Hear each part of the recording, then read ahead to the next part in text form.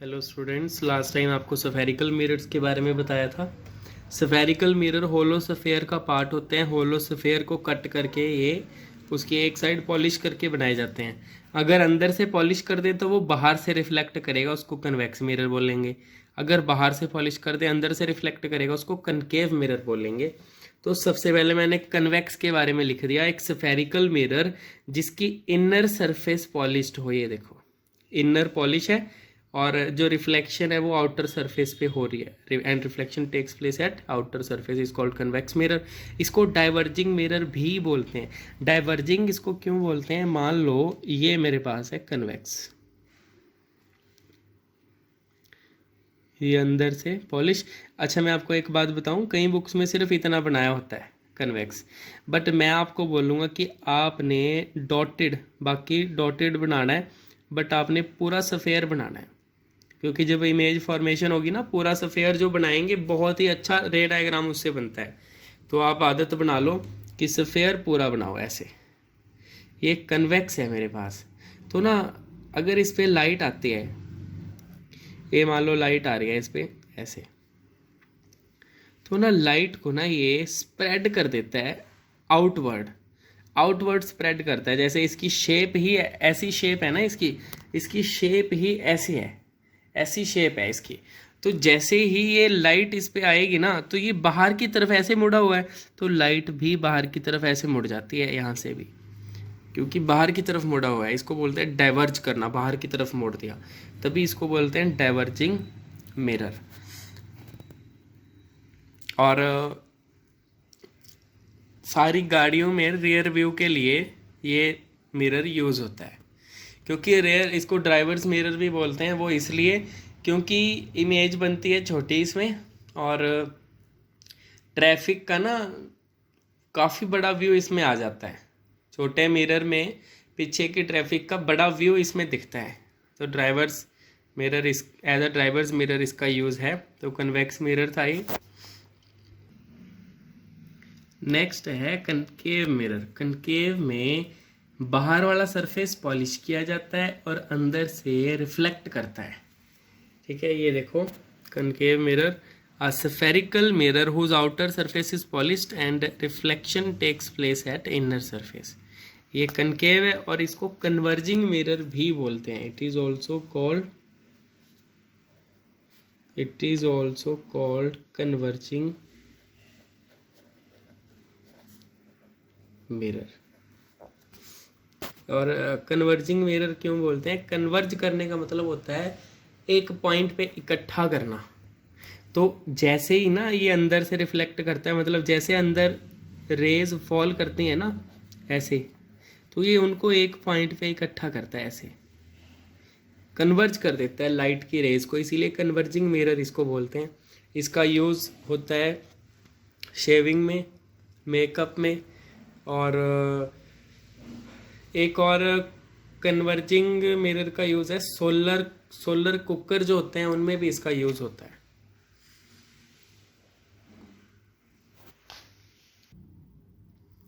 हाँ जी, नेक्स्ट आपको मैं बता दूं कि मिरर्स के साथ डील करने के लिए, सफेरिकल मिरर्स के साथ डील करने के लिए, इमेज फॉर्मेशन के लिए उनकी कुछ ऐसी टर्म्स हैं जो बहुत ज़्यादा इम्पोर्टेंट हैं, वो पहले हमें करनी पड़ेंगी कुछ टर्म्स। तो वो टर्म्स मैं करवाऊंगा आपको और दोनों मिरर्स में बताऊंगा आपको ये कहाँ पे है, क्या है। तो जैसे ये अंदर से पॉलिश है, कौन से मिरर में अंदर से पॉलिश होता है? वह बाहर से रिफ्लेक्ट होता है। कन्वेक्स में जो बाहर से पॉलिश हो उसको क्या बोलते हैं? कनकेव। तो मैं अभी अलग अलग आपको एक एक टर्म बताऊंगा और इनमें वो हम देखेंगे कहाँ पे है। ठीक है जी। तो सबसे पहले हम करते हैं पोल। Number 1 is pole. पोल क्या होता है मिरर में, सफेरिकल मिरर में? Mid point of the mirror, mid point of the mirror is called its pole. और इसको P से डिनोट करते हैं, पोल को P से मिड पॉइंट को बोलते हैं।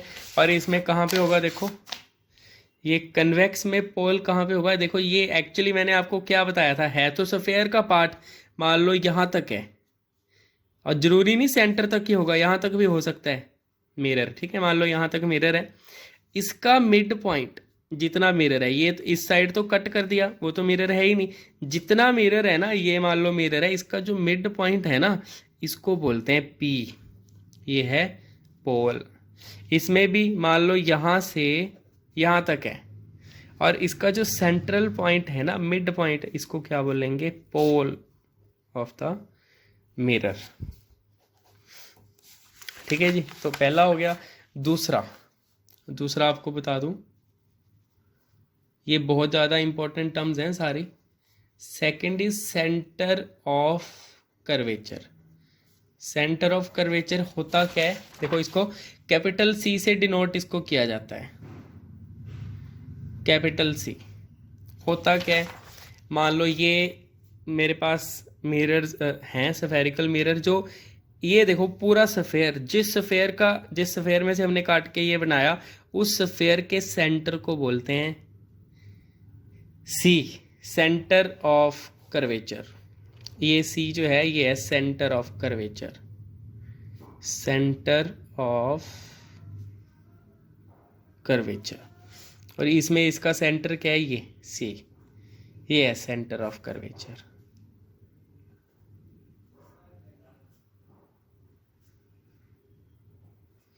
ठीक है जी, नेक्स्ट करते हैं। और मैं आपको बता भी दूं ये लिखना कैसे है, क्योंकि एक नंबर में आ भी सकते हैं ये। सेंटर ऑफ कर्वेचर क्या है, the centre of the sphere, the centre of the sphere of which the mirror is part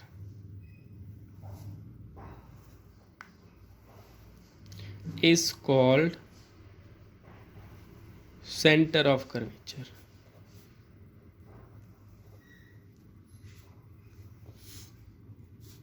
Next is radius of curvature.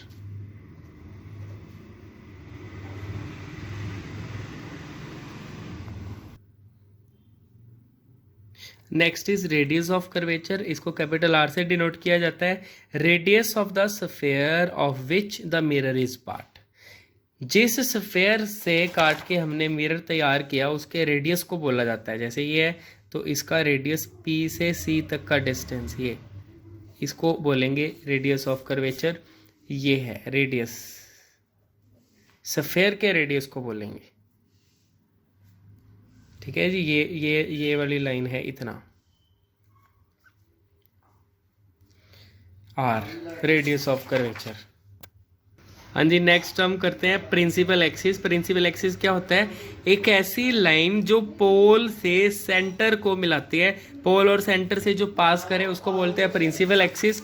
देखो कन्वेक्स में ये है पोल, ये है सेंटर ऑफ कर्वेचर, ये जो लाइन इसमें से दोनों में से पास कर रही है ऐसे, इसको बोलते हैं प्रिंसिपल एक्सिस। यहाँ पे भी है ऐसे, जो C से और P से पास करे, तो ये है अपने पास प्रिंसिपल एक्सिस, दोनों principal axis, principal axis. Next term is aperture. Aperture क्या है, effective diameter of the mirror. Effective diameter का मतलब है कि जो पोर्शन मिरर का रिफ्लेक्ट कर रहा है, मान लो देखो मैंने ये सेंटर से लिया है, ये सारा रिफ्लेक्ट कर रहा है, तो ये जो लाइन है ना पूरी, ये जो पूरा डायमीटर है, ये अपर्चर होगा। और इस केस में देखो मैंने सेंटर से नहीं लिया है, थोड़ा साइड में है, यहाँ पे मिरर है, तो जितना मिरर है ना, बस उसी डायमीटर को हम बोलते हैं अपर्चर। ये सारा अपर्चर है, effective diameter of the mirror. हाँ जी, नेक्स्ट करते हैं principal focus. A point on the principal axis at which rays coming parallel to principal axis actually meet or appears to meet is called principal focus.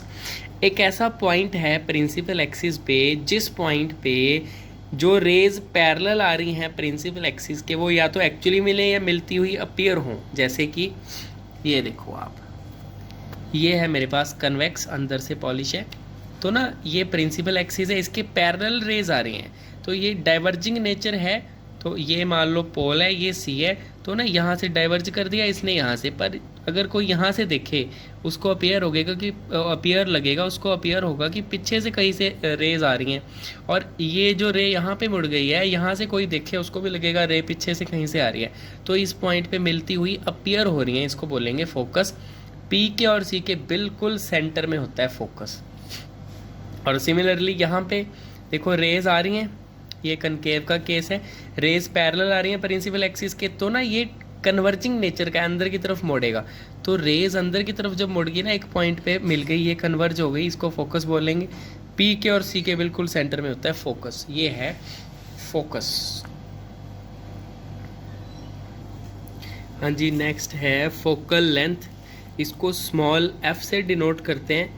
है क्या ये? The distance between the pole and the focus F is called focal length. ये देखो convex में ये पोल के और F focus के बीच का डिस्टेंस, यहाँ से यहाँ तक, इसको बोलते हैं यहाँ से यहाँ तक फोकल लेंथ। इसमें भी ये फोकस के और पोल के बीच का डिस्टेंस है फोकल लेंथ। ये देखो पी से एफ के बीच का distance focal length.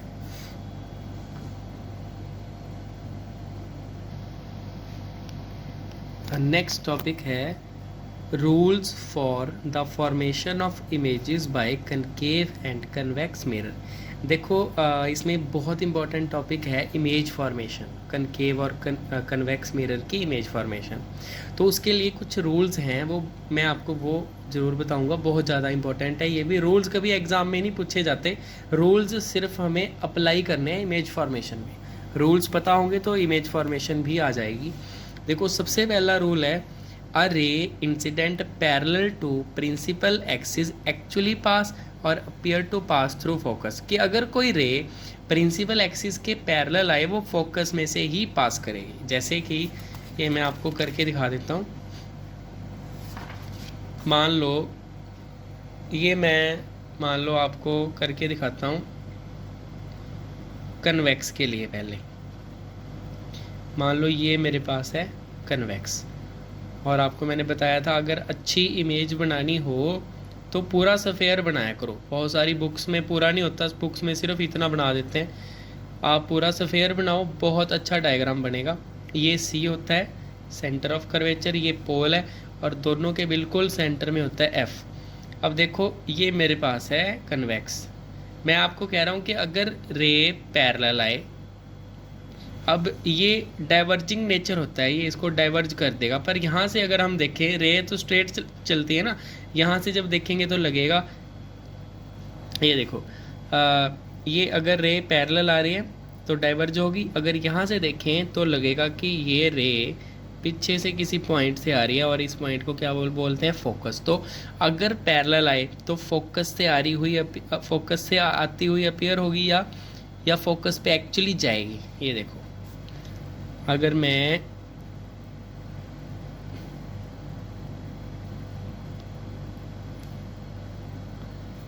Concave mirror ले लूँ तो ये मेरे पास है कनकेव, ये सी, ये पी, इनके बीच में एफ। अगर रेज पैरेलल आए, ये पैरेलल आ रही है रे, पैरेलल गई प्रिंसिपल एक्सिस के, अगर पैरेलल जाए तो फोकस से पास करती है ऐसे। अब देखो यही था ना रूल कि अगर रे पैरेलल आए तो फोकस से जाएगी, एक्चुअली जाएगी या अपीयर होगी जाती हुई। तो ये देखो एक्चुअली पास कर गई इस केस में, कनकेव के केस में। और कन्वेक्स के केस में देखो पैरेलल आई, डाइवर्ज हो गई, पर अब फोकस से आती हुई अपीयर हो रही है ना। तो अगर पैरेलल आती है फोकस से जाएगी, अगर फोकस से आ रही है तो पैरेलल जाएगी, ये भी एक रूल है। हाँ जी, नेक्स्ट है नेक्स्ट रूल। अभी मैंने आपको बताया अगर पैरेलल आए तो फोकस से जाएगी, एक्चुअल में जाएगी या अपीयर होगी, बट अगर फोकस से आए तो पैरेलल जाएगी। देखो second, a ray incident through the focus is reflected parallel to the principal axis. ठीक है जी, ये भी मैं आपको बताता हूँ। मान लो ये मेरे पास है कन्वेक्स,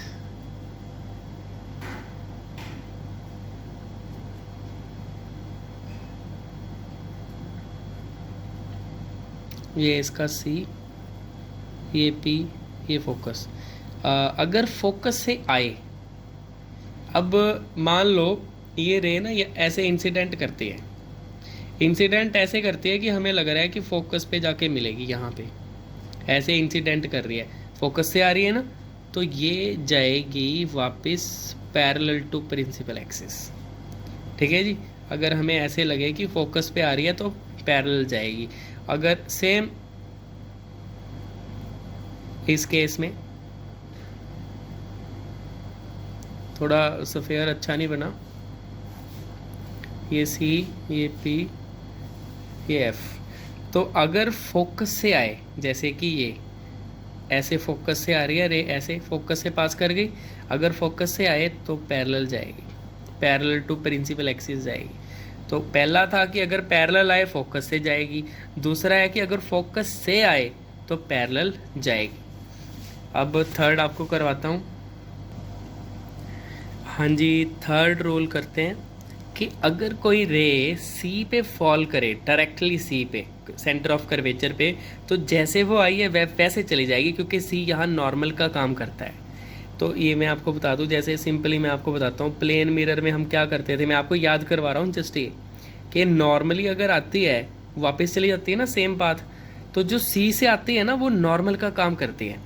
ठीक है, मैं आपको डायग्राम बना के बताता हूँ, ये उससे आपको ज़्यादा बेटर समझ आएगा। एक मिनट, मान लो ये है मेरे पास कन्वेक्स,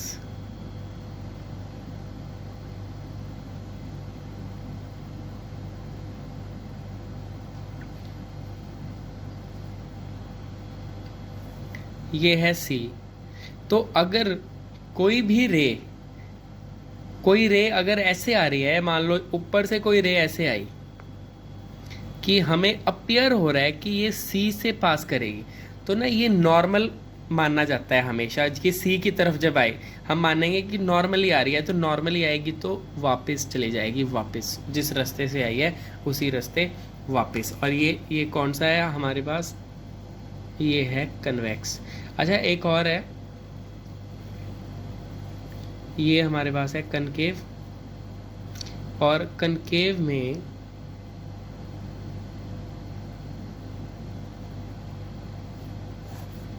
ये सी, ये पी।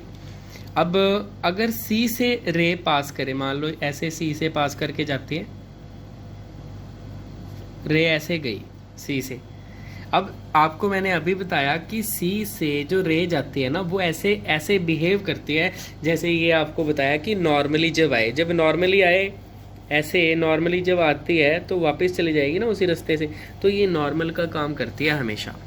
तो अभी जो सी से जा रही है वो क्या है, नॉर्मल का काम करेगी, यहाँ पे रिफ्लेक्ट होके वो बैक चली जाएगी, तो ये कनकेव। तीन रूल्स आपको करवा दिए, और चौथा रूल करते हैं, the distances measured in the direction of light are taken as positive, और फिफ्थ है distances measured in the direction opposite to light are taken as negative.